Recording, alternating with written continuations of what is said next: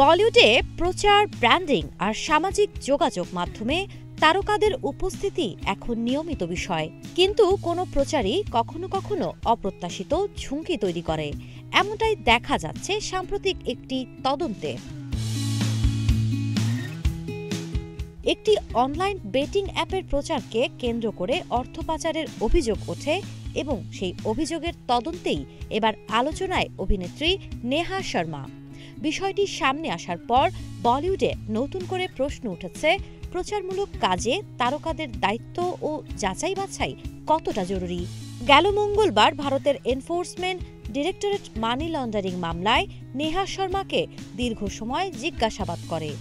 এর আগে তাকে নোটিশ পাঠিয়ে তলব করেছিল সংস্থাটি। জীবন অবাক না করলে কে করবে? 28% মিল্ক ফ্যাটের অবাক করার সাথে ফ্রেশ মিল্ক পাউডার। জীবন অবাক করুক প্রতিদিন।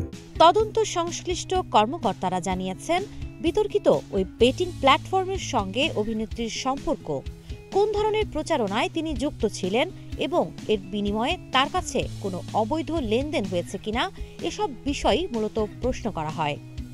আইন অনুযায়ী প্রিভেনশন অফ মানি লন্ডারিং অ্যাক্টের অধীনে নেহার বয়ান নথিভুক্ত করা হয়েছে। তদন্তকারীরা তার প্রচারণামূলক কাজের নথি, চুক্তি ও ব্যাংক লেনদেন খতিয়ে দেখছেন। তবে জিজ্ঞাসাবাদ শেষে অভিনেত্রী এ বিষয়ে কোনো মন্তব্য করতে রাজি হননি। এই মামলায় শুধু নেহা শর্মাই নন, ইডির নজরে রয়েছেন বিনোদন ও ক্রীড়া জগতের আরও কয়েকজন পরিচিত মুখ। এর আগে সোনু সুদ, বিজয় দেবরাকোন্ডা, প্রকাশ রাজ, উর্বশী রাউতেলা, রানা দাগ্গুবাতি, এমনকি ক্রিকেটার শিখর ধাওয়ান ও যুবরাজ সিংকে জিজ্ঞাসাবাদ করা হয়েছে। সাবা খান, নাগরিক প্রতিদিন।